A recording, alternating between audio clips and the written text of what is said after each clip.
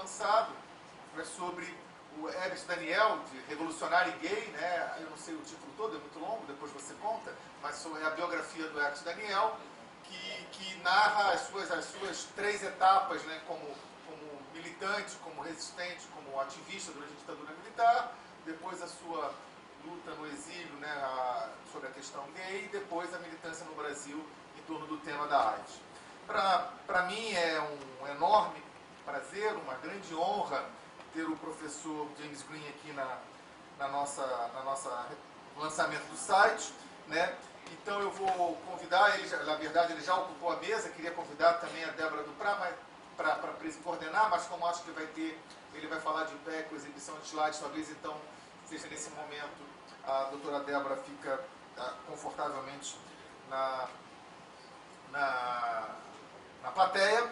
Lembrar que após a palestra teremos um debate que eventualmente também aqueles que participaram da mesa anterior, se quiser, podem integrar a mesa para debate, se alguém quiser fazer alguma pergunta, também poder participar. Então, sem maiores atrasos, maior demora, eu queria realmente convidar o professor James Green para que possa fazer a sua conferência. Muito obrigado.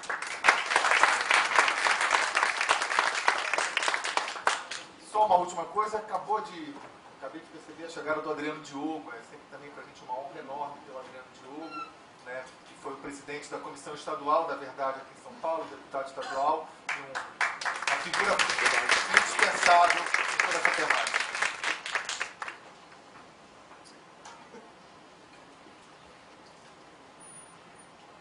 Bom, quero muito agradecer o Marlon.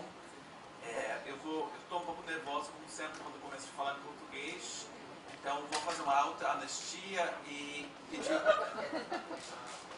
dizer desculpa qualquer coisa, que é uma expressão brasileira maravilhosa, que sempre eu uso.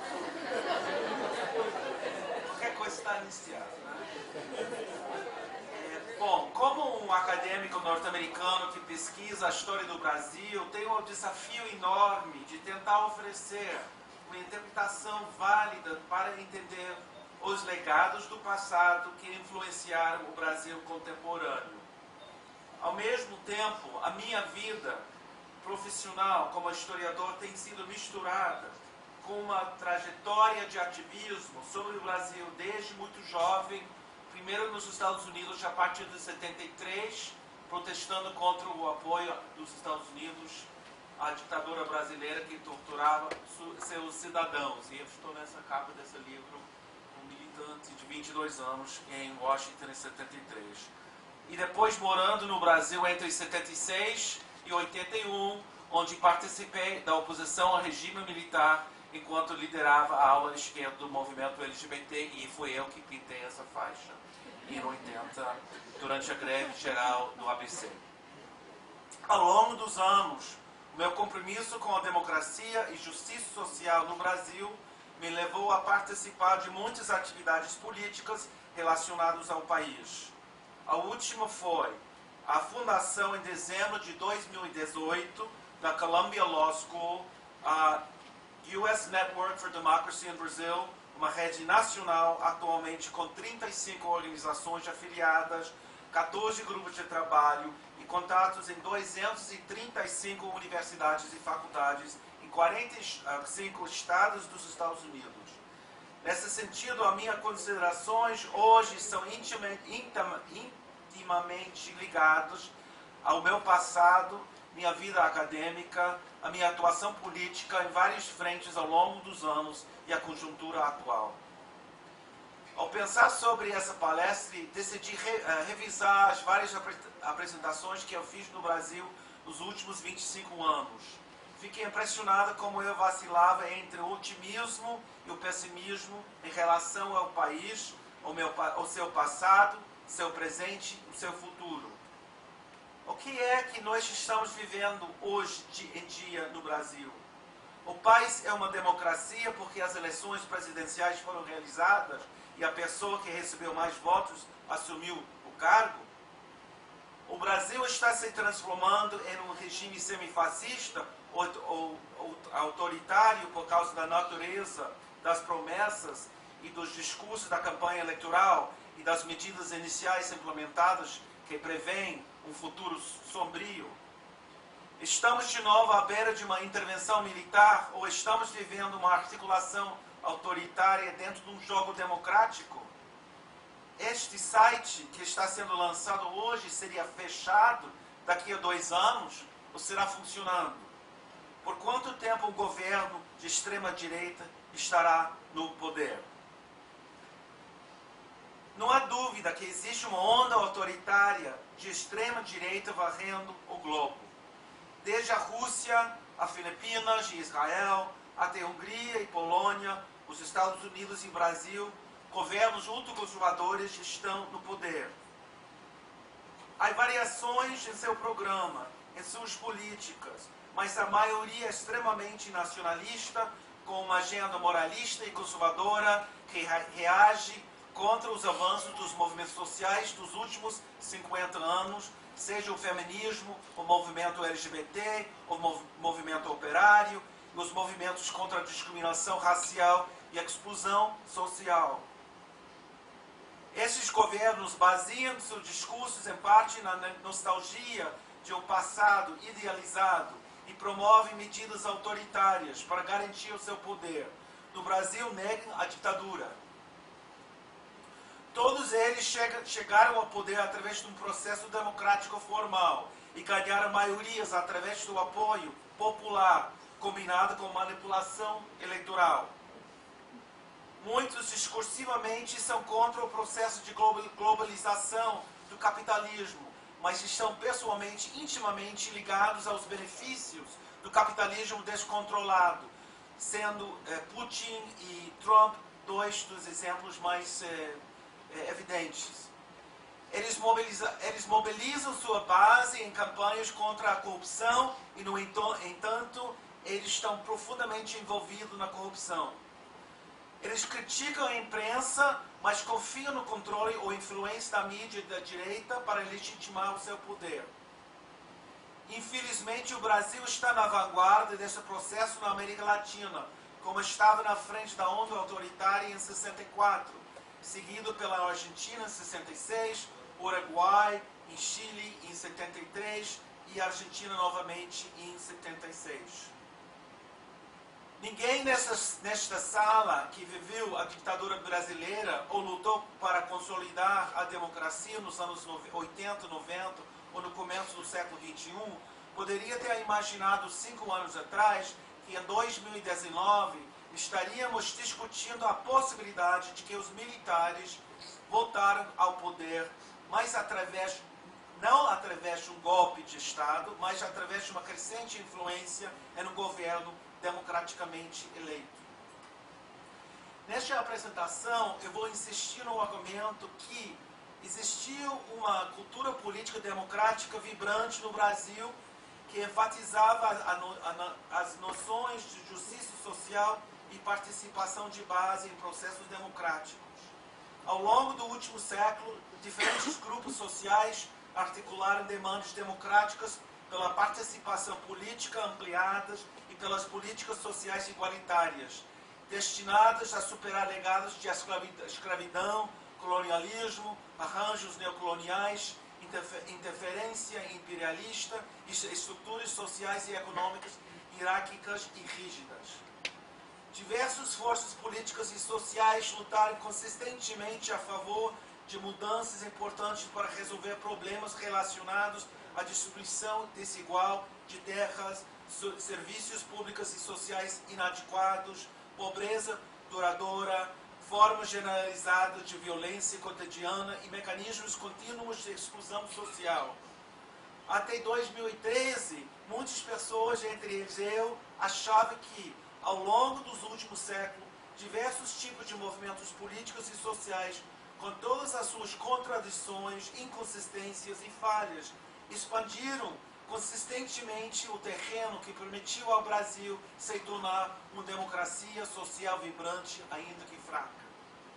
Hoje, em vez de simplesmente desacreditar esta leitura otimista do passado do Brasil, ou de pintar uma visão excessivamente pessimista sobre o presente e o futuro do país, Nessa apresentação vou examinar as tensões entre a continuidade política, econômica e social e os processos políticos sociais que enfrentaram a realidade econômica e padrões sociais de exclusão.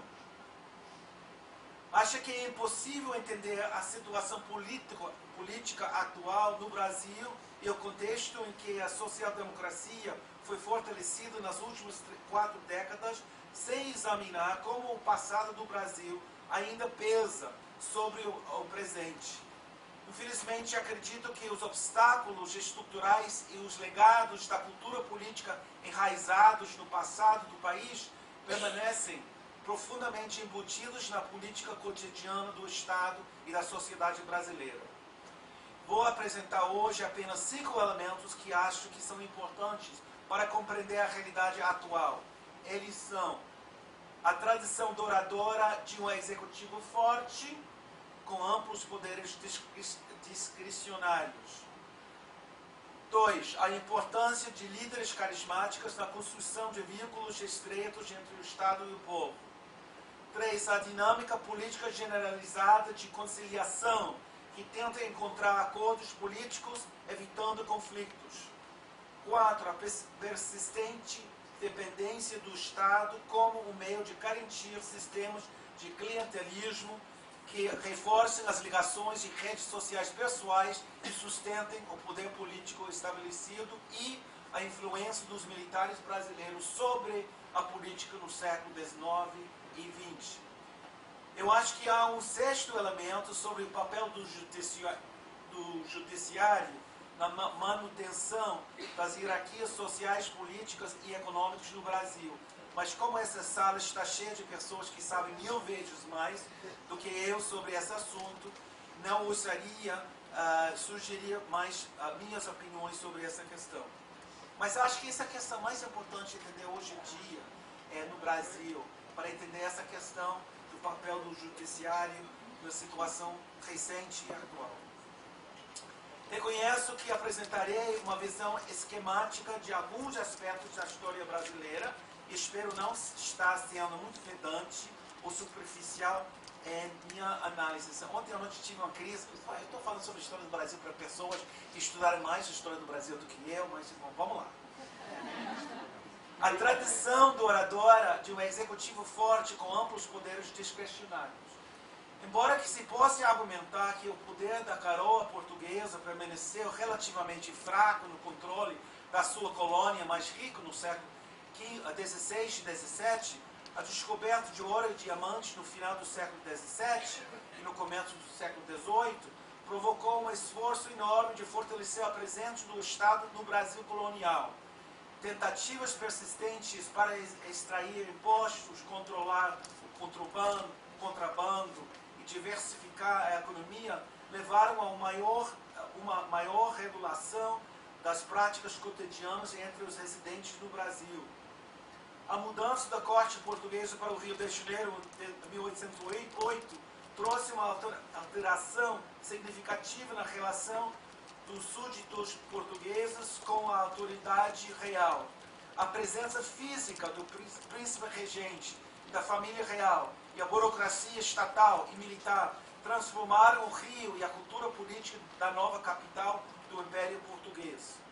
Residentes do Rio, da elite econômica, aos artesãos e escravos, de repente tiveram acesso direto ao Estado, de maneira que anteriormente só estavam disponíveis para poucos. Embora o sistema de transporte e comunicação fossem precários e houvesse resistência ao poder centralizado nas diversas regionais do Brasil e a oposição ao fortalecimento do poder real e do Estado, uma tendência gradual e consistente levou ao maior controle centralizado que emanava do Rio. O poder moderador, inserido na Constituição de 1824 por Dom Pedro I, concedia o poder arbitrário final ao monarca para derrubar decisões do Congresso e utilizar numerosos poderes discricionários para dirigir ou influenciar a maioria dos assuntos políticos. Entre muitos poderes, a Constituição concedeu monarquia, autoridade final sobre os outros 3 ramos do governo, com a capacidade de dissolver o Congresso, constituir novos governos e nomear senadores vitalícios. O imperador poderia dispensar favores, distribuir recompensas e conceder benefícios aos leais à coroa, enquanto marginalizava os que não eram fiéis. A consolidação do Estado, um Estado mais centralizado, com a ascensão do Pedro II em 1840 e as suas inclinações pessoais para participar na minúcia da política durante o seu reinado de quase 50 anos, reforçaram a noção de que o chefe do Estado tinha a obrigação de intervir ativamente nos assuntos políticos com mão pesada, se fosse necessário. A tradição de poder moderador, embora não faça parte da Constituição Republicana de 1891, talvez não seja errado isso, mas eu acho que não, estabeleceu um precedente para o Executivo ter amplos poderes. Isso foi o caso depois de 30, e especialmente durante o Estado Novo e durante a ditadura militar, mas se manteve ao longo dos anos da democracia pós-88. Elemento 2. A importância do carisma dos líderes da nação na construção de vínculos estreitos com o povo. A personalidade impetuosa de Dom Pedro I impediu-se de se tornar uma monarca consistentemente carismática. Durante as 5 décadas de poder do seu filho, Pedro II, consolidou uma conexão íntima entre sua pessoa e o povo. Ele se tornou uma figura patriarcal e pública, cujo envolvimento direto no desenvolvimento do Brasil o manteve extremamente visível e presente na imaginação popular. Em parte, a falta de um herdeiro do sexo masculino para continuar essa tradição patriarcal e sua saúde e energia em declínio serviram como argumentos republicanos, entre outros, para o fim da monarquia. Os políticos do século XX, especialmente Getúlio Vargas e Luiz Inácio Lula da Silva, capitalizaram essa tradição, que cultivaram com sucesso em benefício político. Sua capacidade de construir conexões estreitas com as grandes massas explica parcialmente sua popularidade duradoura. Elemento 3. A dinâmica política generalizada de conciliação, isto é, tentativas de encontrar compromissos e acordos políticos e evitar conflitos e manter o status quo. O executivo forte para impor a vontade imperial ou presidencial, enquanto o carisma pode ajudar o político a atrair inimigos e manter aliados, mas o compromisso político e a cooperação são ingredientes fundamentais para garantir o consenso relativo e a estabilidade política contínua. Nesse sentido, as culturas duais de conciliação e de maleabilidade ideológica foram ingredientes chaves para um acordo duradouro que garantiu a longevidade da escravidão durante o século XIX e a estabilidade política em 4 dos 5 décadas do longo reinado do Dom Pedro II. Liberais e conservadores. Liberais e conservadores. Liberais e conservadores lutaram pelo controle do Estado que permitia o acesso ao poder e aos recursos para manter o clientelismo e as relações clientelistas. No entanto, os governos da Unidade Nacional durante a década de 1850, bem como numerosos acordos nacionais para a abolição gradual e a controlada da escravidão, predominaram sobre o conflito e a contestação. A noção de que o melhor conservador era um liberal do poder falava da flexibilidade ideológica dos políticos imperiais que privilegiavam a manutenção de um status quo econômico e político sobre desacordos programáticos. Encontrar compromissos e acomodação entre os setores da elite dominantes para garantir a escravidão no século XIX e um sistema restritivo de governança no início do século XX garantiram a continuidade econômica na transição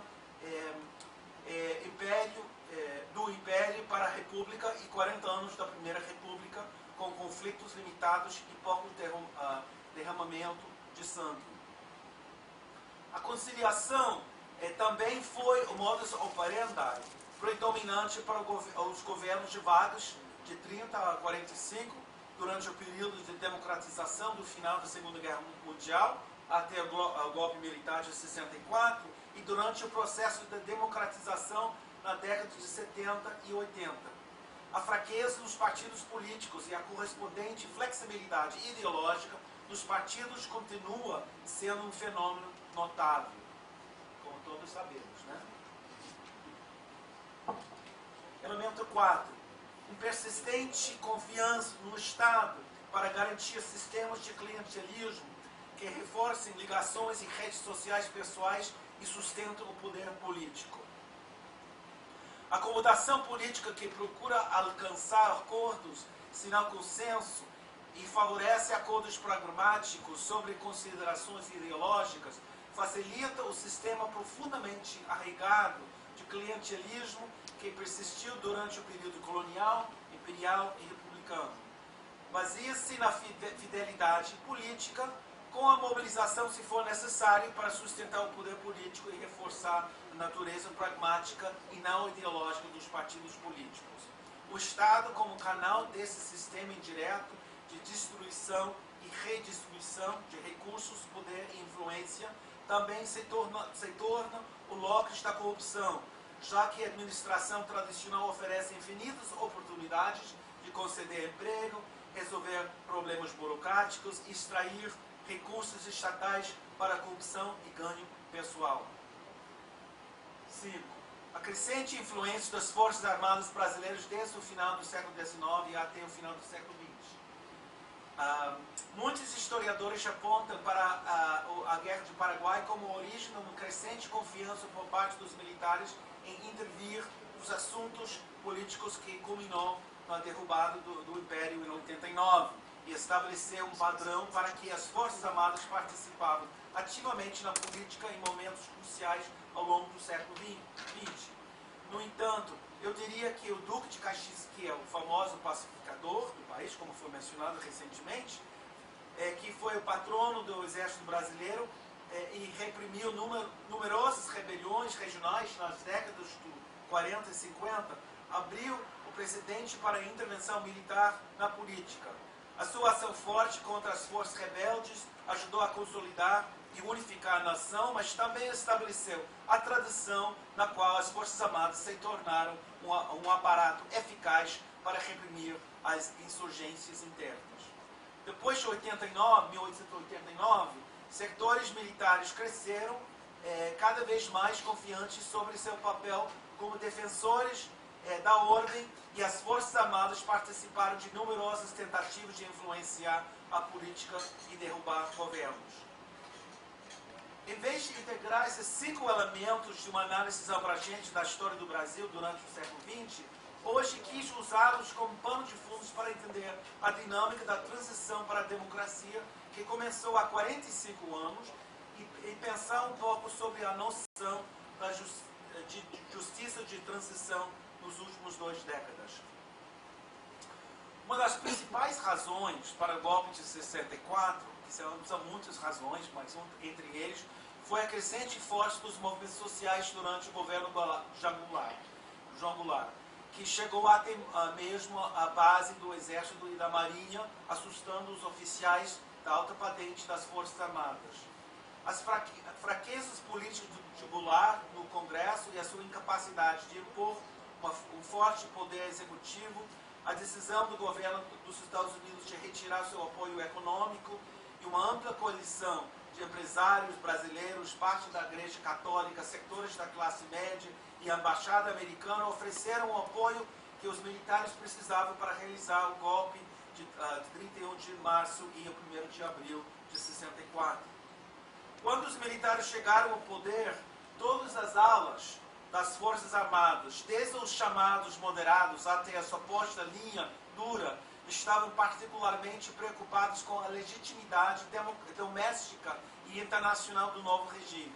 Assim, apesar de todas as medidas autoritárias que impuseram, desde o ato institucional em abril de 64 até a tortura sistemática de oposicionistas entre 64 e 77, esses atos arbitrários foram equilibrados contra repetidas tentativas de apresentar uma aparência de democracia interna e legalidade no país dentro do contexto do regime totalmente inconstitucional e antidemocrático em que as forças armadas detinham quase o monopólio do poder. Os esforços para manter o Congresso aberto, a menos que se tornasse intransigente demais, ou para reter partidos políticos, ou para realizar eleições periódicas, foram parte de uma tentativa de construir e manter uma base de apoio dentro da população e criar uma imagem internacional como uma democracia autêntica. O modus operandi básico do regime era simplesmente mudar as regras do jogo toda vez que viam a possibilidade de perder o controle sobre a situação política. As tradições de um executivo forte deram legitimidade para promulgar os atos institucionais. As tradições de conciliação, patrocínio e clientelismo permitiram-lhes neutralizar ou conquistar setores da oposição. Embora os presidentes generais nunca tenham realmente desenvolvido uma relação carismática com a população, sua máquina de propaganda, especialmente durante os anos de governo Médici, foi uma ferramenta bem-sucedida na criação de uma ligação positiva entre grandes setores da população e o regime. Dito isso, é importante ressaltar que o apoio ao regime militar permaneceu relativamente fraco entre 65 e 68. A gente esquece essa fato. Entre 65 e 68, o governo militar estava fraco no seu poder. E especialmente a partir da crise do petróleo de 74. Na verdade, os militares tinham apoio real em 64 e entre 69 e 73. O resto da ditadura militar, eles não tinham a maioria da população, ao meu ver, ao seu lado. E a distensão controlada proposta por Boberi e Geisel foi minada pelas vitórias eleitorais do MDB de 74 e ainda mais pela onda de greve de 78 e 80 que desafiou as políticas econômicas e sindicais do regime. No entanto, uma forma de conciliação política foi essencial para o regime manter a aparência de democracia, como meio de sustentar sua legitimidade enquanto, de fato, os militares governaram. Um dos melhores exemplos foi a capacidade do regime de obter apoio suficiente no Congresso, relativamente controlado, para aprovar a Lei de Anistia de 79, que permitiu que a maioria dos presos políticos deixassem a cadeia e a maioria dos exilados voltassem ao Brasil, mas também protegeu os agentes do Estado que cometeram graves violações dos direitos humanos. Com a maioria das mudanças significativas no regime, a lei foi uma combinação de uma decisão de cima para baixo dos generais no poder, pressionada pela amplamente bem-sucedida campanha pela anistia entre 75 e 78, que unificou a esquerda radical e moderada, mas terminou em uma lei que perdoava os torturadores. Um dos fatos mais frustrantes para muitos militantes dos direitos humanos é que ainda vivemos hoje com um acordo entre os agentes do regime militar no Congresso, entre o regime militar e no Congresso, quando setores apoiaram a lei de anistia, que argumentavam, usando argumentos pragmáticos sobre as correlações de forças. Por que então o Brasil levou 30 anos para estabelecer uma comissão de verdade para examinar os crimes da ditadura?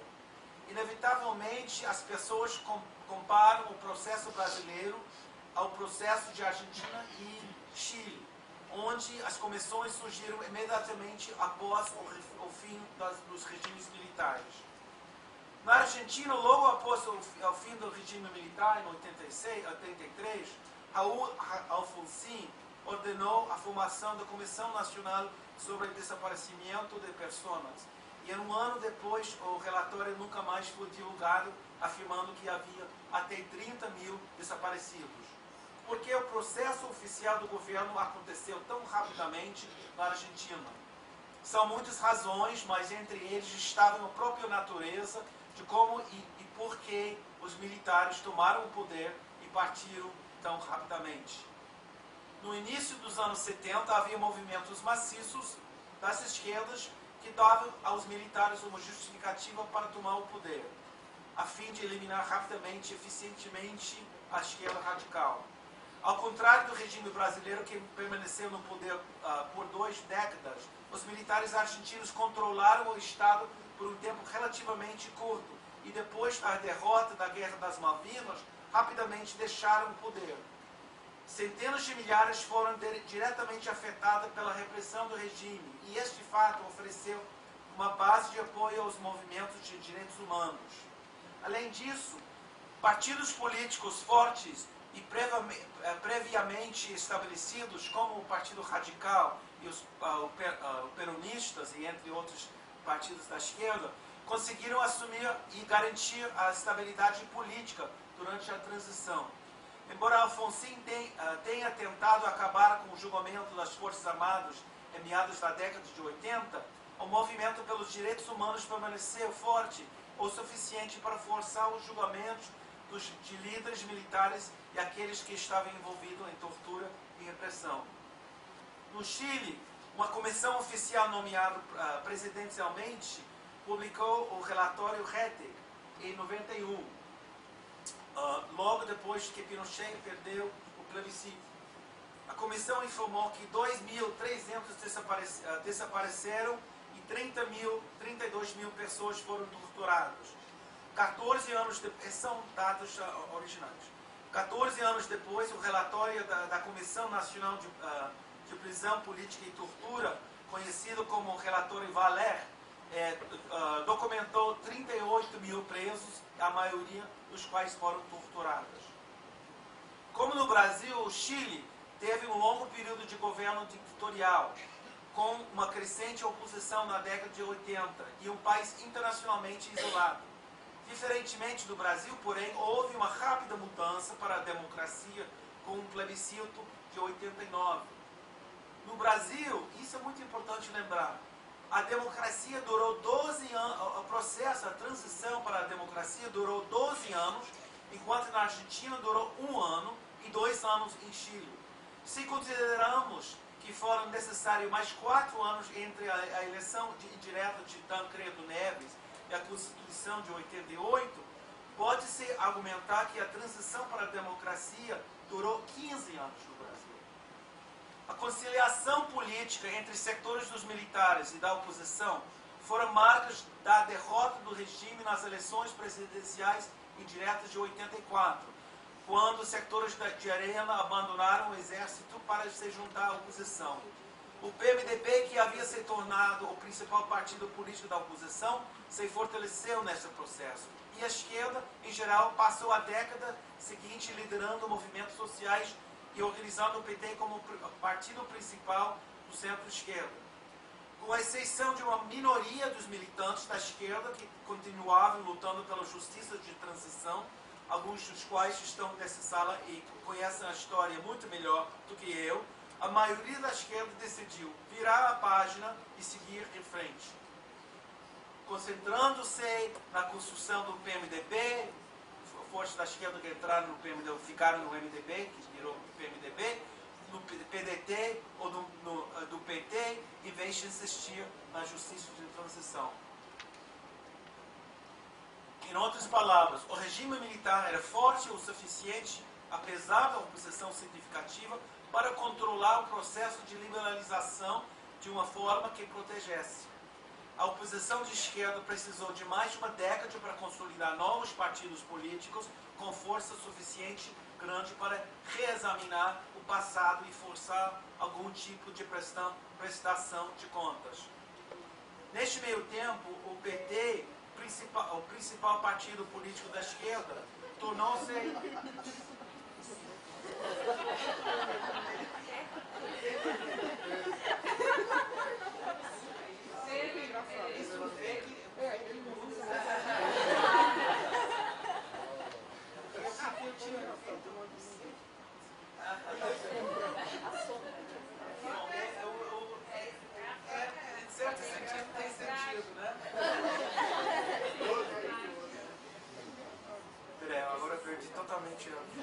Nesse tempo, o PT, principal partido político da esquerda, tornou-se parte integrante da cultura política brasileira, reforçando um executivo forte no governo de Lula e Dilma e se adaptando à conciliação política, clientelismo, patrocínio e corrupção. Tudo isso foi construído em grande parte com o relacionamento carismático de Lula com o povo. Os militares, embora enfraquecidos, ainda tinham força suficiente para proteger seus interesses corporativos, pelo menos contra processos por crimes cometidos durante a ditadura. Ao longo desse período, ativistas de direitos humanos pressionaram o Estado para enfrentar os crimes do regime militar, com resultados lentos e firmes, mas muito parciais. Diferentemente do Chile e de Argentina, o relatório Brasil Nunca Mais, de 85, não foi um documento oficial. No obstante, ativistas de direitos humanos lutaram pelo estabelecimento da Comissão Parlamentar dos Desaparecidos e a Lei de Reparações e a Comissão de Anistia, a articulação da ideia de uma Comissão de Verdade e o seu estabelecimento em 2012. Em outras palavras, a justiça de transição tem sido aplicada, mas apenas lenta e parcialmente, e em um período muito anos depois da saída dos militares do poder. O tempo não me permite oferecer uma avaliação em profundidade dos resultados da Comissão de Verdade, mas a composição dos primeiros missionários, concebido para produzir um consenso entre os diferentes ex-presidentes e os seus partidos e criar uma legitimidade para suas atividades, paralisou seu primeiro ano de funcionamento. Por um lado, os resultados finais da missão principal da comissão, ou seja, descobrir mais informação sobre os desaparecidos e criar novas condições para anular a lei de anistia, não foram concretizadas. Ao mesmo tempo, as comissões de verdade locais, estaduais e as forças para ampliar o escopo das investigações da Comissão de Verdade encorajaram a discussão do genocídio dos grupos indígenas sobre o regime militar, os assassinatos de camponeses e ativistas rurais e a discussão de outros grupos que não faziam parte das concessões originais sobre o alcance da Comissão da Verdade. Para citar apenas um exemplo que eu conheço melhor, o trabalho que Renan Quinalha e eu fizemos para ampliar o foco da comissão para considerar a perseguição sistemática de homossexuais durante o regime militar foi muito além das narrativas tradicionais da esquerda que invocaram na repressão, na tortura e nos desaparecidos da resistência radical ao regime. O capítulo sobre homossexualidade e a ditadura, incluído no relatório final da comissão, bem como o livro que organizamos, ajudaram a expandir a pesquisa e a consideração das múltiplas maneiras pelas quais o regime militar violou os direitos humanos e democráticos deste segmento da população. O que está claro é que a Comissão da Verdade foi apenas um passo em um caminho muito mais longo e sinuoso em direção à justiça. As recomendações que faziam parte do relatório final exigiram o fim da anistia dos torturadores e uma reforma das instituições de policiamento, entre outras medidas. Porém, a situação política no final de 2014 não oferecia as possibilidades de levar adiante as propostas da comissão. E a impunidade que as Forças Armadas e as polícias têm desfrutado meramente reforçou a legitima a violência contra os pobres e as pessoas de cor, que são alvos privilegiados da repressão do Estado hoje em dia. Penso que o consenso entre os grupos de direitos humanos que persistem em lutar pela anulação da lei da anistia é um entendimento de que a impunidade dada à polícia e aos militares por graves violações dos direitos humanos durante a ditadura é uma das razões pelas quais a violência e os assassinatos de afro-brasileiros, indígenas e ativistas rurais persistem. Marielle Franco é apenas um exemplo entre muitos. Marielle presente.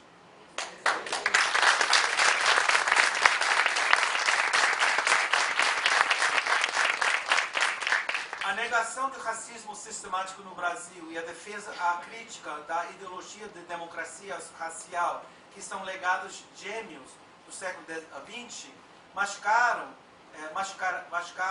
ainda mais o fato de que as pessoas de cor são mais propensas a enfrentar violência policial do que as pessoas com origens europeias.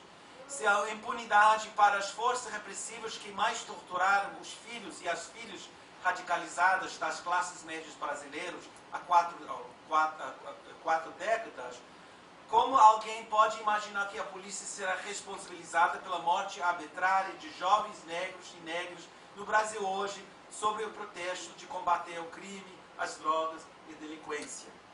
Para concluir, os 5 legados da história brasileira que mencionei no início dessa palestra, então, estão obviamente bem presentes hoje. O atual governo está aproveitando um executivo forte para realizar reformas neoliberais, desmantelar o Estado e fortalecer o papel dos militares. Embora o fim da corrupção tenha sido uma promessa da campanha, revelações recentes indicam que ele e seus seguidores estavam tão inseridos no sistema de corrupção durante a campanha quanto as pessoas que eles condenam. Embora eu não acredite que as eleições de 2018 tenham sido uma derrota histórica e irreversível para as forças progressistas, a tarefa de agrupar e resistir não será fácil. No final dos anos 70, quando surgiu movimentos de negros, indígenas, feministas e gays e lésbicas durante o processo da democracia, houve um acalorado debate entre as forças da oposição sobre o papel das demandas democráticas desses movimentos que hoje em dia chamamos de políticas identitárias.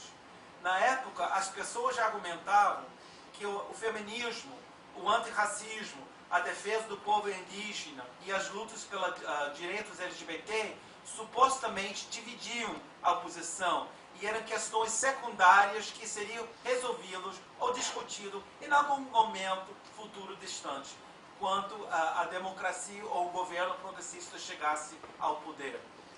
A principal luta tinha que ser contra o regime militar. Outras questões dividiam a oposição. Me lembro muito bem deste debate quando eu era estudante na USP e que aconteceu nas ciências sociais no final dos anos 70. Este argumento foi errado naquele momento e, infelizmente, esse argumento está sendo articulado de novo hoje por forças importantes da oposição. Fico impressionado com o pouco que alguns já aprenderam com o passado. Se é verdade que a direita conquistou os evangélicos mais conservadores com uma agenda conservadora sobre questões morais e sociais, é verdade isso. Mas nosso trabalho não deveria ser o de capitular ao seu programa reacionário. Nos anos 70, eu argumentava que a polarização entre a chamada luta maior e outras lutas entendidas como menores foi uma dicotomia falsa. Hoje, insisto que a luta pelos direitos democráticos e humanos está na vanguarda da resistência, justamente com a batalha contra as políticas neoliberais para desmantelar o estado de bem-estar. Pensar que essas questões não estão no centro da luta contra a extrema-direita implica não entender os objetivos estratégicos dessas forças que unem os conservadorismo social e econômico em uma única ofensiva. Voltar aos debates no final dos décadas de 70 significaria que nada aprendemos com a expansão da democracia nos últimos 40 anos. E apesar do momento horrível que o Brasil atravessa e da possibilidade de que esse pesadelo dura 4, 8 ou 12 anos, continua otimista no contexto de uma conjuntura negativa. Não acredito que as transições de movimentos sociais e de contestação tenham sido derrotados, nem que serão derrotados pelos esforços da extrema-direita. As mobilizações retornarão e as forças progressistas voltarão ao poder novamente. Nós devemos ser pacientes e determinados. Quando Emmett Daniel, o protagonista do meu livro mais recente, que foi um guerrilheiro da luta armada e em outras atividades, descobriu que ele tinha AIDS em um momento quando não havia cura para a doença, ele ofereceu um slogan que na época parecia um pouco bizarro. Era simples. A cura de AIDS é solidariedade. Era uma noção de que o apoio e a solidariedade eram instrumentos mais poderosos para combater a doença. Embora não desejamos fazer uma analogia direta entre AIDS e o governo atual, nossa melhor arma no momento é a solidariedade mútua para oferecer apoio à medida em que nós confrontamos e lutamos contra o que está entre nós. Muito obrigado.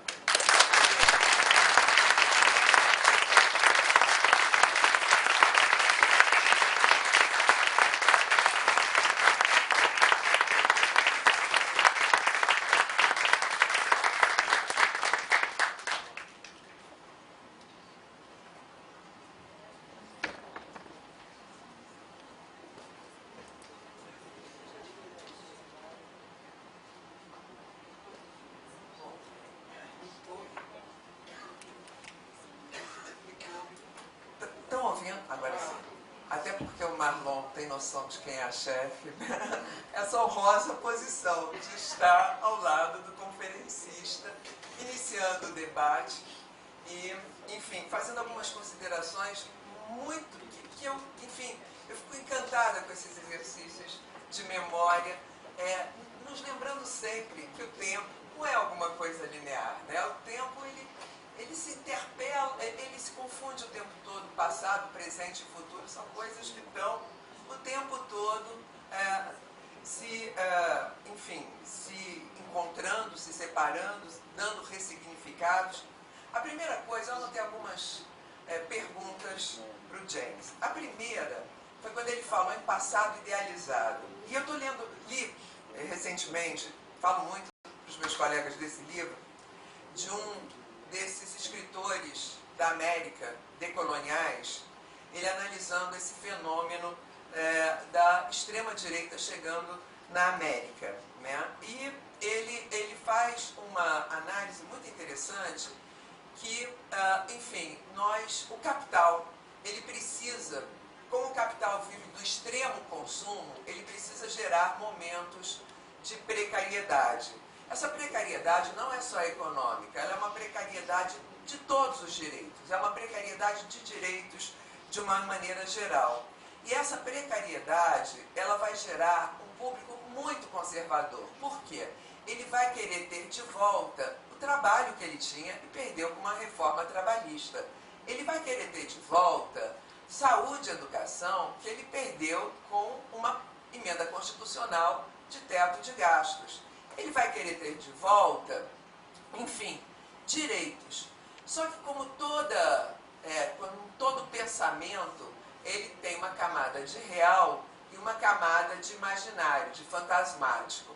Então, ele vai atribuir a escassez dele, a escassez da Previdência, a direitos que foram consagrados a outros públicos. Então, ele vai atribuir a sua precariedade às mulheres terem saído do fogão, aos gays, lésbicas, trans estarem na rua se beijando, às cotas das universidades contra negros, aos vários segmentos que conseguiram, em algum determinado momento episódico da história brasileira, serem de fato sujeitos de direito. Isso explica um pouco o nosso momento atual, indígenas, né, territórios como são povos, autonomia. Então isso explica um pouco, eu acho, essa história que nós estamos vivendo na atualidade. E felizmente, também sou um otimista, essa compreensão da resistência, de que não é possível falar em democracia sem falar da superação das relações de dominação históricas contra esses grupos, enfim, que sofreram historicamente a ação perversa das nossas oligarquias. A segunda, que eu gostei muito, né, do James falar, do nacionalismo, né, que é outra ideia que foi muito presente nos governos militares e surge muito forte agora, a noção da minha pátria, como é que é o logo, sei lá, minha pátria verde e amarelo, não sei. Mas esse nacionalismo muito ligado à ideia de patriotismo, né? Só que a gente vive um momento curioso também, porque o ultranacionalismo, tem dentro dele também um ultraliberalismo, né? E aí, com as forças de mercado que se abrem ao capital externo, em que horas eles vão se encontrar e vão se estranhar, eu não sei, mas é um pouco inevitável, né? Me parece. A outra coisa que eu achei muito interessante na observação do James é a ideia de conciliação. Essa ideia, ela tomou conta da sociedade brasileira e vem muito, eu acho, James, eu gostei muito da lembrança dos 15 anos de transição entre a ditadura e a democracia, porque isso leva mesmo ao espírito de acomodação, e nós, no sistema de justiça, nós somos, assim, nós somos todos os dias conclamados a fazer conciliações, isso numa sociedade ainda tão historicamente, tão presentemente assimétrica. A conciliação, ela é uma ideia muito perversa para uma sociedade tão injusta e tão desigual como a brasileira. E a ideia do consenso como sendo a ideia positiva, motor da sociedade. Quando o dissenso é uma coisa muito interessante e tem que estar presente. Nesse momento a gente tem que resgatar o dissenso, né?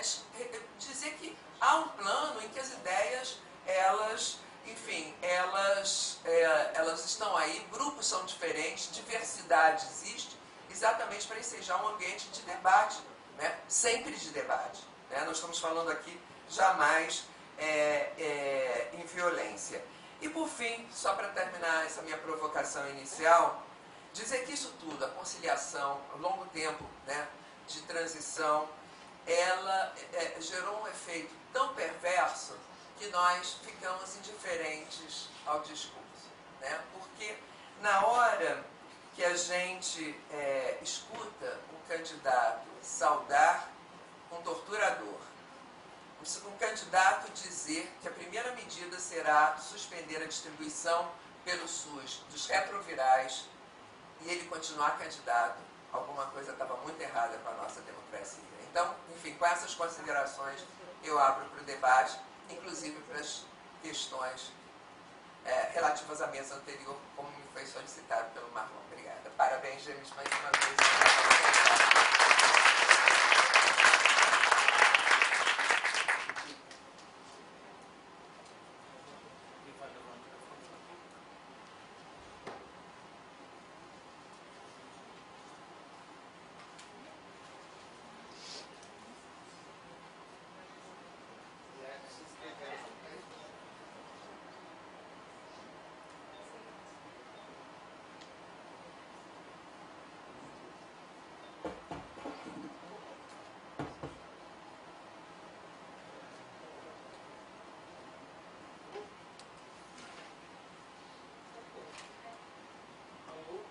Agora eu acho que vou.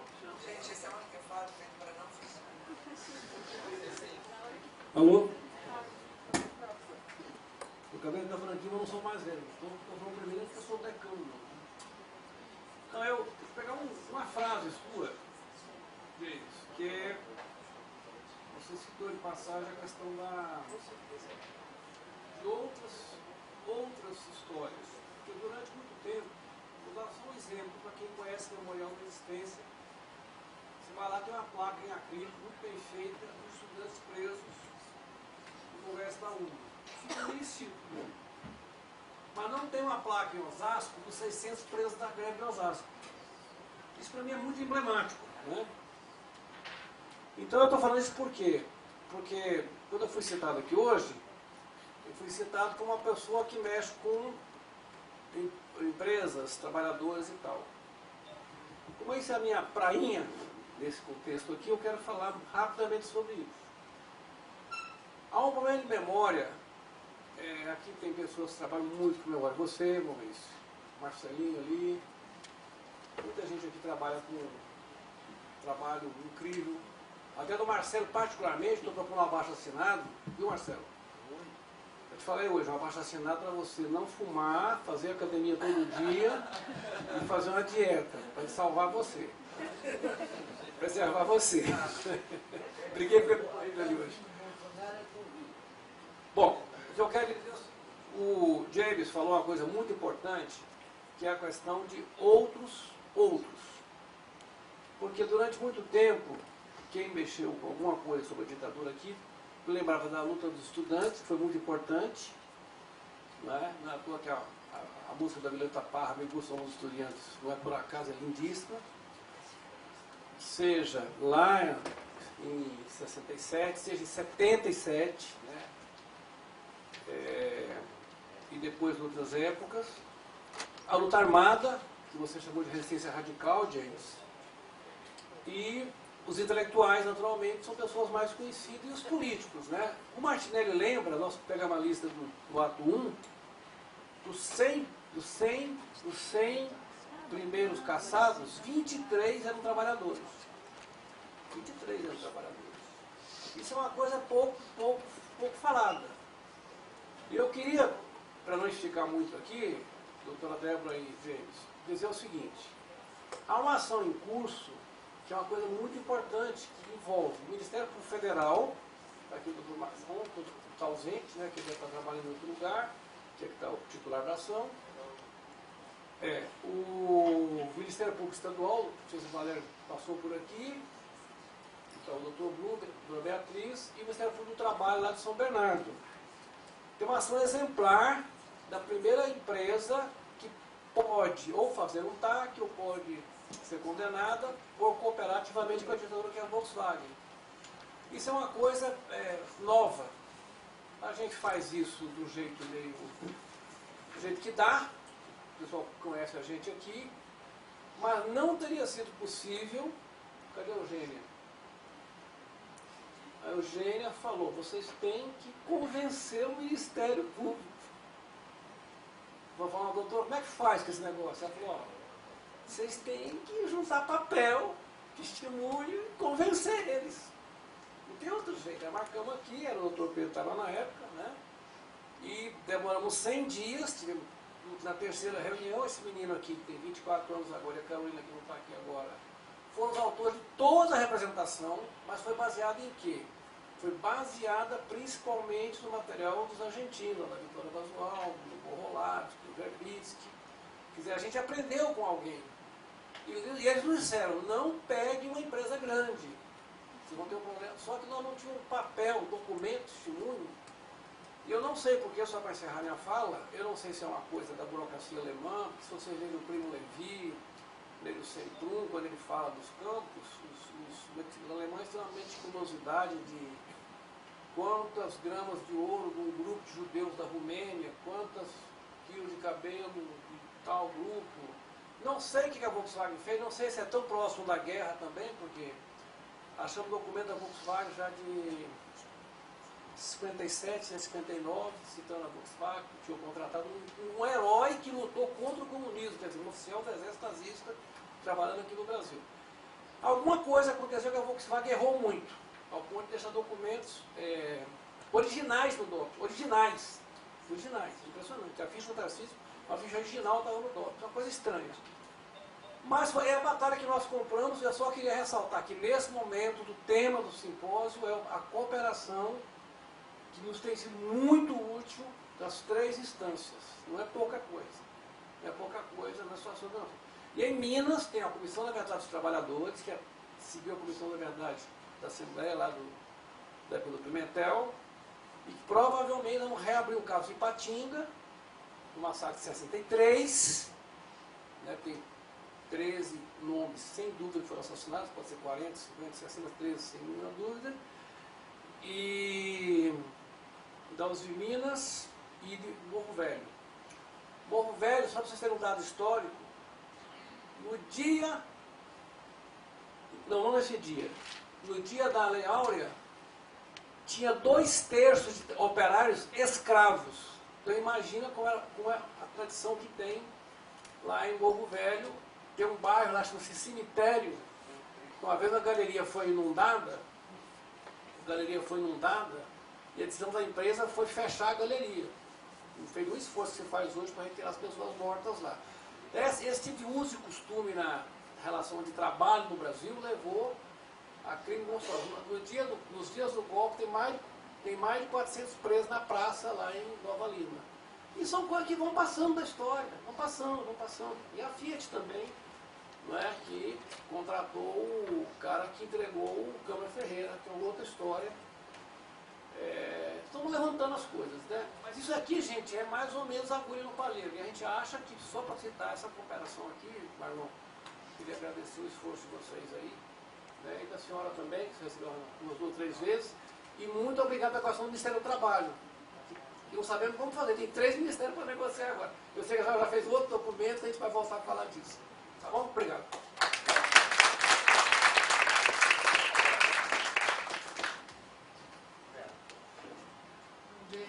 Muito obrigada mais uma vez pela sua contribuição para a nossa reflexão.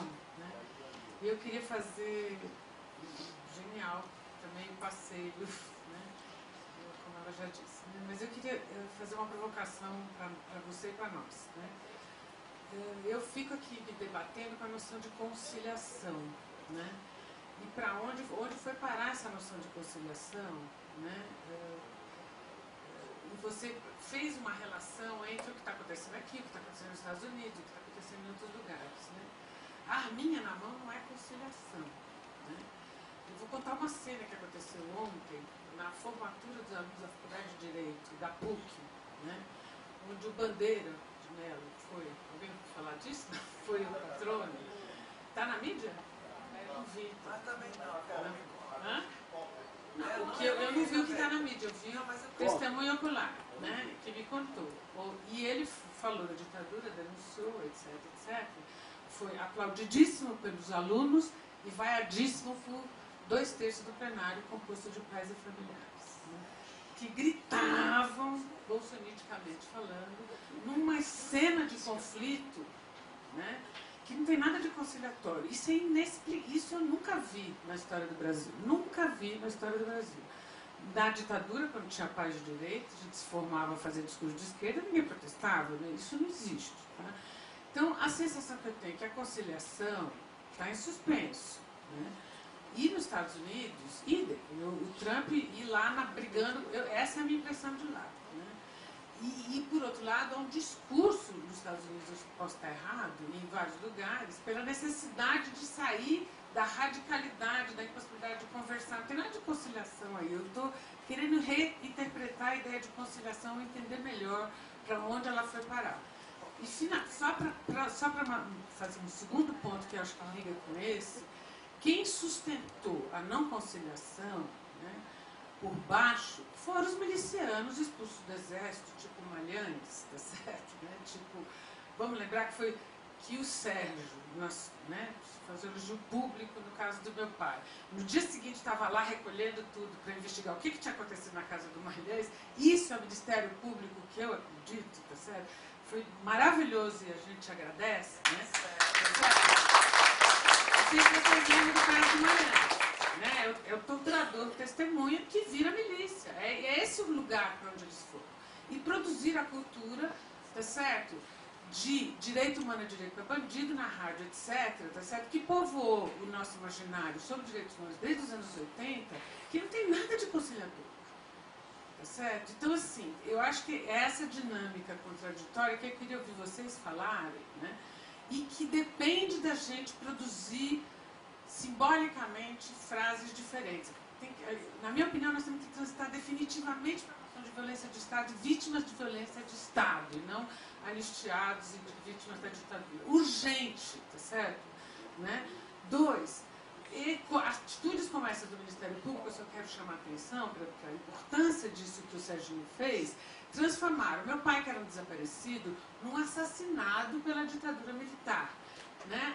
E acho que a gente tem que parar de falar em mortes de desaparecidos, tem que falar mortes de desaparecidos anotados, revelados, contados, tá certo? Não tem que marcar que isso é uma parte muito menor do que amplamente existe.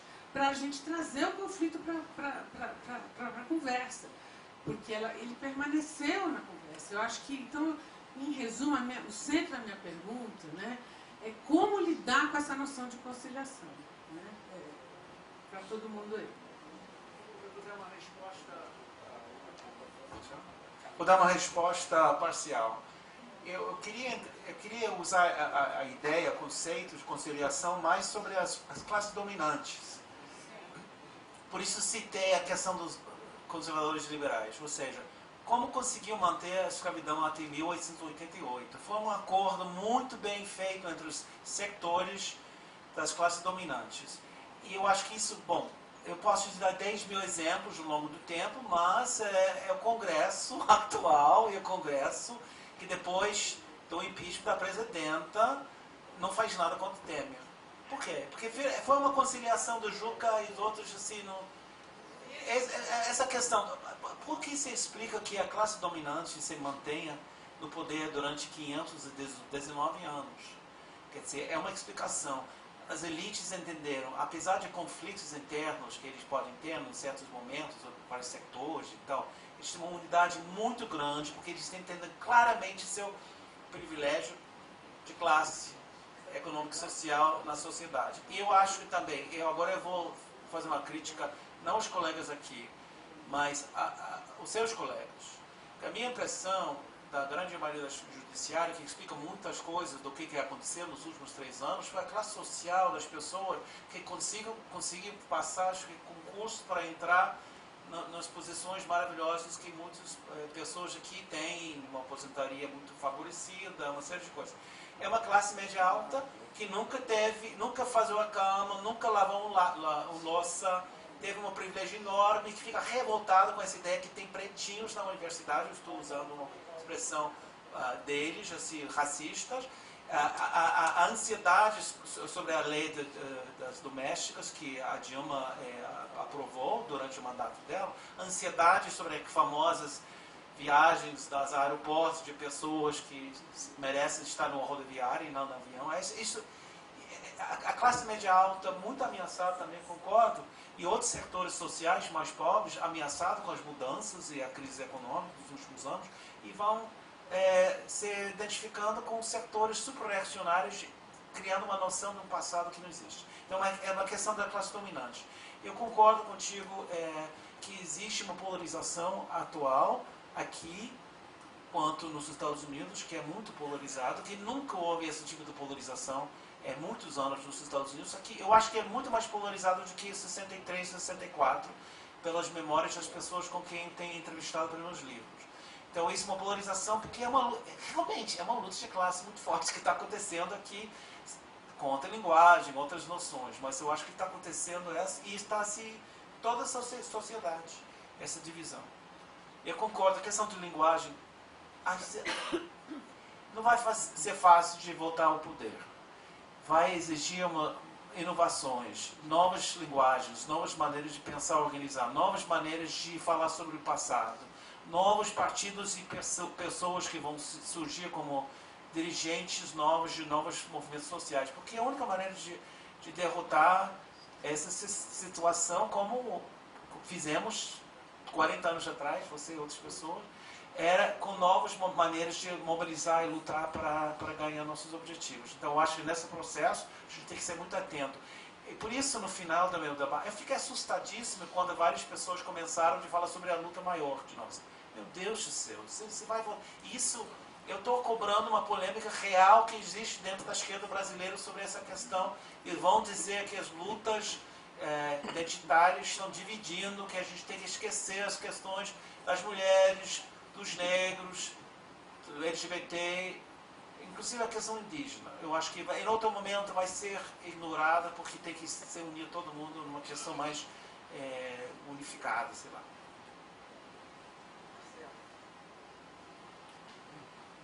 James, tudo bom? Foi um prazer ouvir. Eu queria primeiro, quando você fala dessa coisa da conciliação, e é uma conciliação de classe que você afirma agora, mas é importante ver que essa busca dentro do próprio governo, o nosso governo já defendeu esse governo enquanto militante de direitos humanos que caiu da Dilma, do Lula, mas com muita ressalva com relação a esses caminhos de conciliação que buscou no Congresso. Por exemplo, o direito indígena foi rifado dentro desse processo. Eles fecharam acordos com a base ruralista que, evidentemente, que ia trair eles como traíram. E os índios se ferraram como se ferraram, teve assassinato de indígenas dentro do período do ministro Eduardo Cardoso pela Polícia Federal, reproduzindo, não em volume, mas em prática, as práticas que os índios sempre viveram. Né? Quando a gente fala de justiça e transição, foi importante você ter frisado a presença do tema indígena como um fator que surpreendeu na Comissão Nacional da Verdade, porque o foi. Mas é incrível como, apesar de todo o esforço, eu participei do GT, fui um dos proponentes da importância, porque os índios cobraram isso,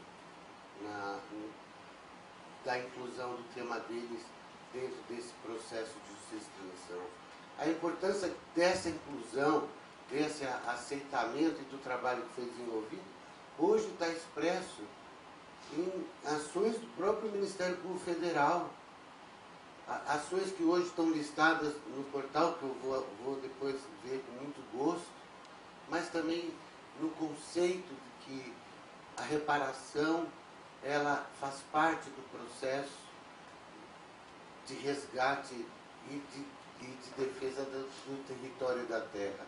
Mato Preto, quando o José Eduardo Cardoso quis entregar a terra do Mato Preto, o ambiente que se tinha com relação a resgate histórico para poder fazer, estudar os processos, ele serviu para as respostas do procurador, que cuidou de dizer, não há acordo com o Mato Preto, não existe isso de você tirar um direito para você fazer essa situação. Então, esse ênfase dessa introdução dos povos indígenas na justiça e transição, a Comissão Nacional da Verdade pôde abrir uma porta. O Ministério Público tem aberto portas, né? Mas a repetição é muito mais forte. Né? Quando você tem o Aimeri que foi colocado, o Júlio não colocou um número que é muito mais enfático do que 2.000 assassinados na Constituição. É 80% da população Aimeri assassinada. Mais 85% do território tomado pela hidrelétrica e pela estrada. E aí, em vez de você ter um processo no Brasil de reparação, que foi o que foi solicitado, você tem um processo de negociação para manutenção da Dilma no cargo, aonde se negocia o tal do linhão. Quem ouve falar linhão, pensa que a coisa é um linhão na estrada. Não, ele é duplicar a estrada para poder botar um linhão. Ou seja, o que tem de estrada cortando o território, teria o dobro agora num território que é 15% do que foi. Nós não temos reparação aos povos indígenas. A própria Comissão Nacional da Verdade, ao fazer as recomendações, escondeu as recomendações indígenas. Existem 13 recomendações indígenas colocadas no relatório nacional. Elas estão no segundo tomo, escondido no final de não sei aonde, elas não são verbalizadas pelas pessoas quando apresentam as recomendações da Comissão Nacional. É como se não existisse. Felizmente, o Ministério Público existe. Então, quer dizer, esses avanços, a justiça e transição, eu acho que nós estamos muito mais para a repetição do que o amadurecimento desse processo. E para esse, que se pudesse avaliar esse momento, que efeito nós temos com esses esforços que estão indo nesse ambiente. E com relação à mesa anterior, eu acho, para colocar, eu acho que é importante, Débora, a gente verificar que os grupos de trabalho do Ministério Público continuam na questão de justiça e transição. E é fundamental, aquilo que puder, dentro da possibilidade que eu tenho hoje, no quadro que eu tenho de colaborar, colabora. Mas é fundamental começar a se levantar nesse país os crimes de tutela contra os indígenas. É um tema que não foi explorado, é um tema que está voltando com relação a essa visão que o Bolsonaro está colocando com relação aos indígenas e que a tutela é uma das grandes raízes dos massacres que houve no Brasil com eles. Obrigada, Marcelo. Eu vou fazer só uma observação breve de 30 segundos a respeito disso. Está funcionando? Já que é algo que tem vida própria. Então, eu acho que o senhor também Eu acho que a questão indígena, ela passa muito por aquilo que eu falei no início, de uma dimensão da justiça de transição que não se realizou, que foi a mudança das instituições. Se a gente tivesse levado a fundo a mudança institucional, a memória que valeria para pensar justiça de transição seria a memória oral, que foi aquela desenvolvida por grupos que historicamente não puderam produzir documentos.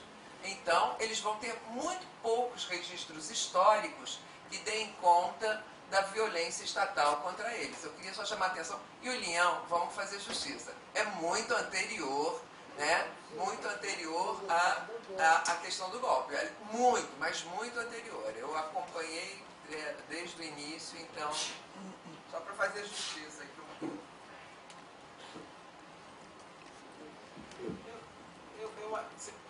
O problema é que é o seguinte, quem foi a ideologia que foi a base de todas essas mudanças sociais dos últimos 40, 50 anos anteriores, era uma noção marxista do século XIX, que é uma noção que tinha muito valor, mas tinha muitas limitações. Tem uma noção da classe trabalhadora, a exploração, mas não compreendia a complexidade de uma sociedade capitalista.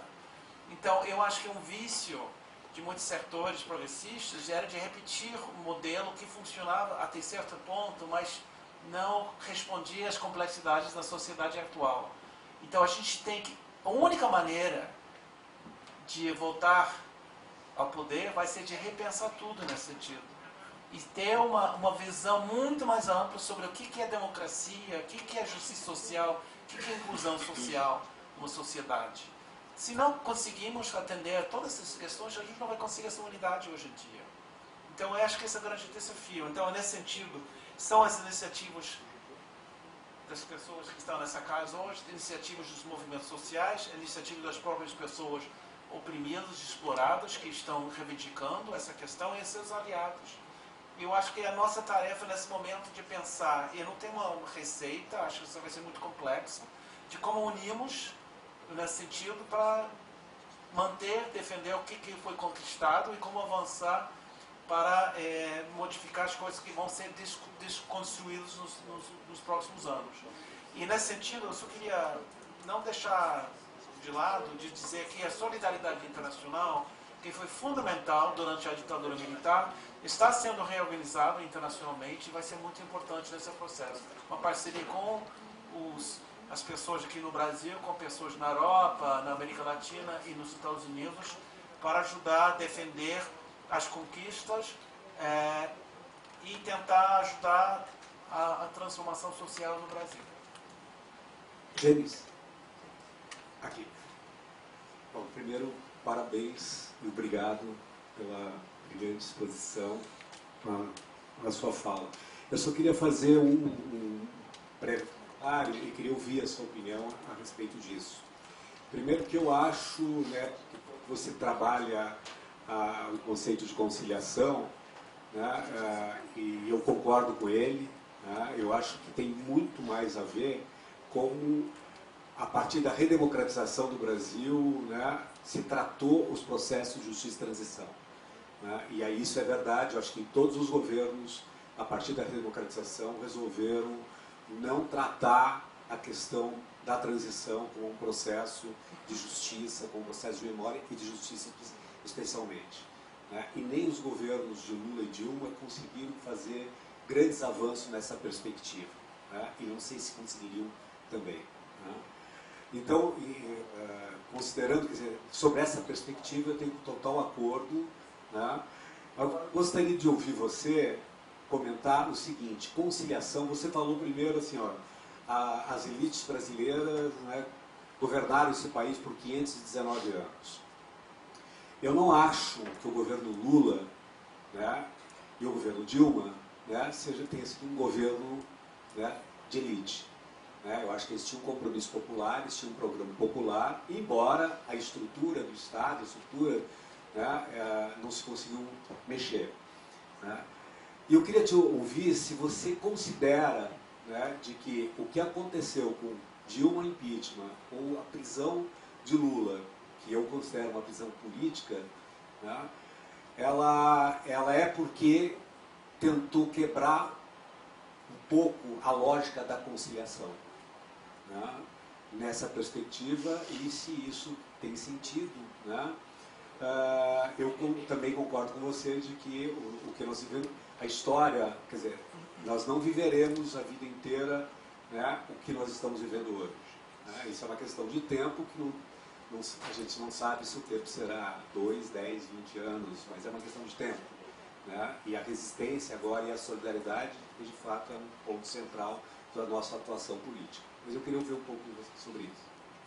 Obrigada. Só informar que estão encerradas as inscrições, é a última intervenção. Nós não temos mais tempo. Eu sei como você Tá, então, eu vou responder bem rapidamente.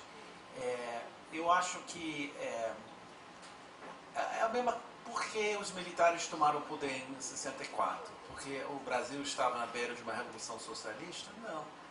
Porque estava sendo algumas reformas, algumas mudanças na sociedade brasileira que ameaçou muito vários setores sociais e tomaram medidas muito radicais contra elementos de fascismo e outros elementos para acabar com isso.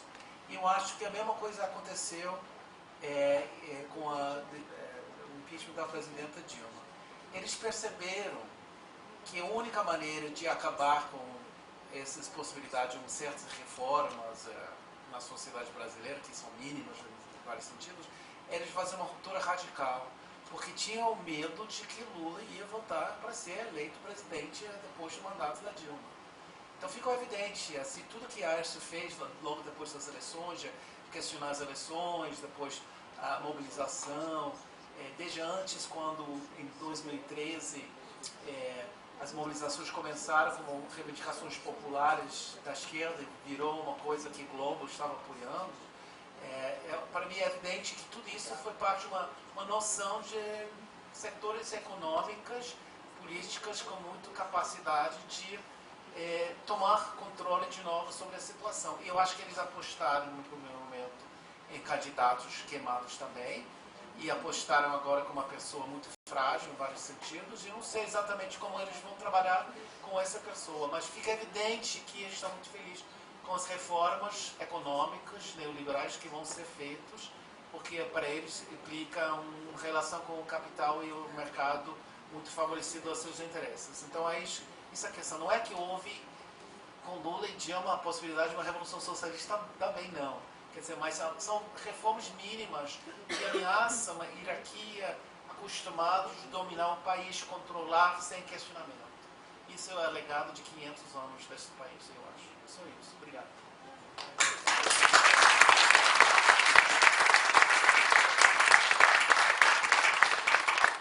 Eu agradeço muitíssimo ao James, ao Marlon pela ideia genial de convidá-lo a ter essa possibilidade mágica. Enfim, vivemos momentos singulares de magia, mas vamos ter outra, com certeza, porque na sequência vem o nosso vice-procurador-geral da República, Luciano Maris Maia, que, enfim, convido para encerrar essa bonita, nós dois vencemos, essa bonita, esse bonito dia. Obrigada.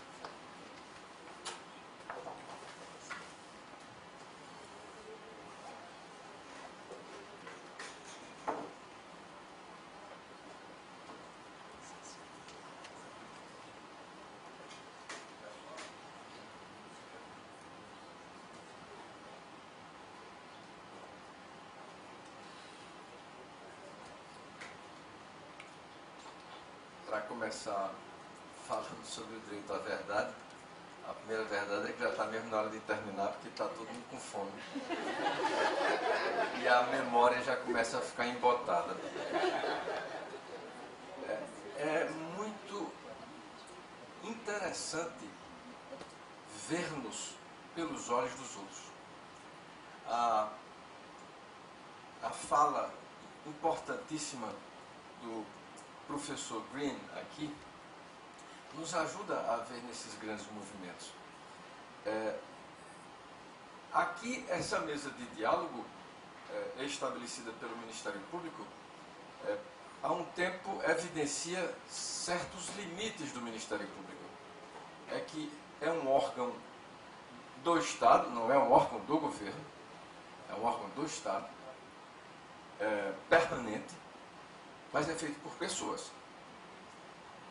Pessoas que sofrem as mesmíssimas influências de toda a sociedade. Então, pessoas que têm visões progressistas e, portanto, de caráter mais respeitoso às diferenças, respeitoso e reconhecedor dos direitos humanos fundamentais para todos, mas também pessoas muito conservadoras, muito formais, com a visão de mundo que se sente imensamente contemplada com o fato de você não reconhecer a mesma igualdade a negros de periferia, pessoas pobres, sem educação, e também a homossexuais e outras pessoas que se afirmam nas suas plurais identidades de gênero.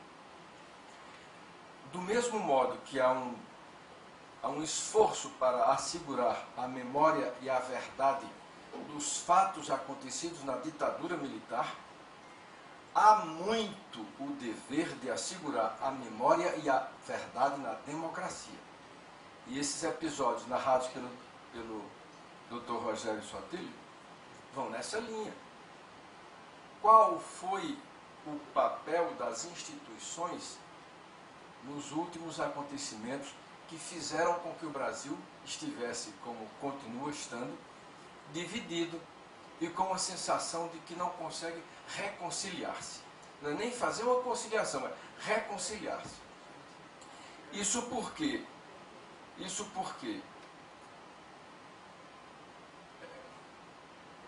por vários anos, classes econômicas que jamais tinham tido acesso a trabalho, emprego e renda, a educação, a saúde, a projetos de vida consistentes, tiveram esses projetos de vida consistentes. Por outro lado, não se pode também negar que houve um exercício de utilização de mecanismos tão relatados aqui, a vinculação entre Estado e empresa. Sebastião Neto falou, por exemplo, como a Volkswagen colaborava com aquele governo de ditadura. Os fatos recentes da nossa história também evidenciam como as empresas colaboravam para se manter no poder e tendo os seus contratos estabelecidos. Talvez seja ainda cedo demais para passar tudo isso a limpo. Talvez não. A dificuldade de estarmos ao mesmo tempo vivendo muito recentemente essa história e sem esquecer toda ela, ou ao contrário, não esquecendo ela, não sendo cego para essa história, mas ao mesmo tempo entendendo a importância de seguir adiante, é que o mandato da Procuradora-Geral corajosamente afirma que ninguém está acima da lei e ninguém está abaixo da lei. Nesse sentido, ela procura, com a firmeza que costuma ter e com a consistência de analisar fatos documentados e evidenciados e, portanto, mantendo-se longe da mera alegação e publicização antecipada de suspeitas que possam estar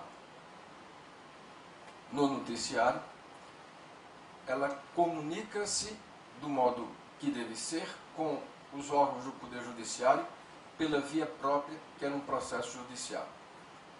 E sobre isso mais não fala, porque a sua manifestação fala por si. E, por outro lado, procura estar junto da dimensão social da atuação do Ministério Público para afirmar a dignidade de pessoa dos excluídos. Assim é que está em todas as lutas da Sexta Câmara, assim é que está em todas as lutas da PFDC, e assim é que está também nessa dimensão. Eu tenho afirmado, por exemplo, que a luta contra a corrupção revela a pequenez dos grandes, mas é na luta pelos direitos humanos que nós revelamos a grandeza dos pequenos, porque conseguimos demonstrar a dignidade essencial de pessoa humana. Memória é a verdade, portanto, exige o sentido da justiça, e a justiça é um esforço diário, como eu mencionei, e exige a coragem de reconhecer que, enquanto instituição, você muitas vezes não consegue fazer tudo o que deseja. Há muito clientelismos, manutenção de privilégios. Não é só na política que envolve os demais poderes, é da vida humana. E, portanto, poder ter esse diálogo concreto aqui e estar permanentemente aberto a ouvir as críticas é essencial. Eu tive o privilégio hoje de, chegando, conhecer pessoalmente, já conheci muito Luiz Nassif, e disse a ele que ele tem um texto profundo e cortante, necessariamente exigente de ser lido por quem quer conhecer a verdade como ela é, sem medo da verdade. Há uma frase na Bíblia que é interessante, eu tenho refletido muito sobre ela ultimamente. A verdade liberta. E os cristãos, eu sou cristão, complementam com o próprio Cristo dizendo: eu sou o caminho, a verdade e a vida. Então esse é o propósito do Cristo quando diz isso. Mas eu vou me reter agora na ideia de que a verdade liberta. Por que é que a verdade liberta? Porque a mentira aprisiona, a mentira escraviza, a mentira exige que você faça acordos para que a mentira não seja descoberta. A mentira exige a renovação da extorsão para que não seja revelada. Porque a verdade, revelando a mentira, derrubará mitos, derrubará nomes, derrubará imagens, derrubará consistências montadas, derrubará empresas. De tal maneira que, apesar da perspectiva sempre limitada, e por isso precisamos que, nesses temas sociais, sempre esse Ministério Público seja um espaço de empoderamento da voz do titular do direito, um espaço do Estado suficientemente amplo e plural, que escute várias vozes, mas que seja também suficientemente corajoso para, sem prejuízo de ouvir as várias vozes, não calar a própria voz.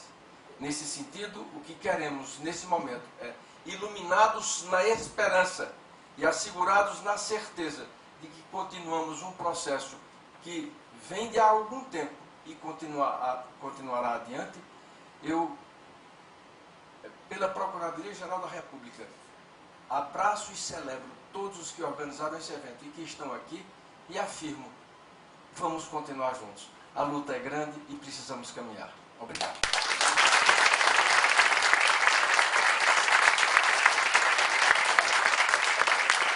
Está encerrado agora, pessoal.